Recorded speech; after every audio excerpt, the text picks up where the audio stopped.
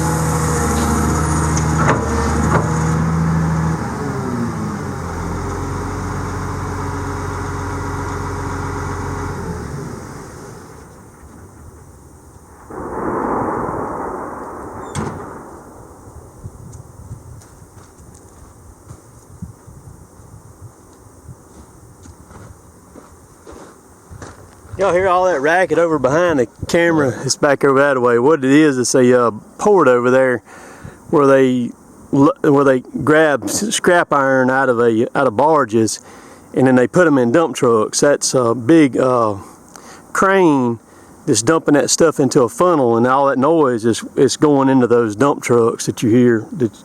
So I know somebody asked me, but I need to go out there one day and film that thing out there. You can pull right up there next to it and get close to it, film it.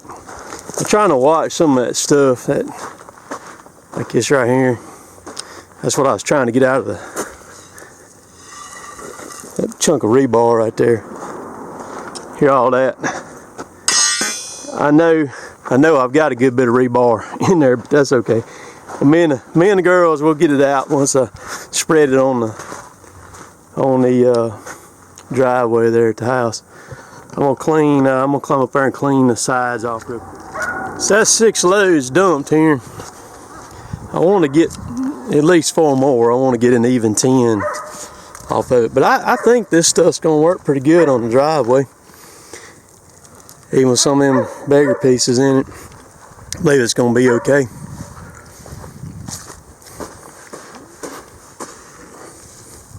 Just a few big rocks. I'll get all of them out. That's a long day. It's taking me around 50 minutes a round trip to do it. Which wasn't too bad. It takes me about 18, 19 minutes to get out there. So I got my GoPro. I've killed my GoPros today. I have filmed enough in the last couple, 2-3 days to get a lot of videos out. I got GoPros charging right now, and I think I'm gonna get my blade out and hit this driveway a little bit here and just kind of play with it. That's the reason why I got my GoPros charging, because I'm gonna clamp them to the blade. I gotta adjust the angle on it just a little bit. I'm gonna grade with it right here and see what she'll do right quick. Dang dog, they're about to go nuts over there. I've had some people want to see what my pond looks like. See, it's got water, man. Water's all the way up around here like the way it's supposed to be. Man, it looks so good. It's at the level about where it ought to be. The one on the other side of the driveway is full too, running out the overflow. But you see, it's just got real nice lines on it. You can see the grass spot over there that I left for a little high spot, and when I was digging it out, so it looks really, really nice.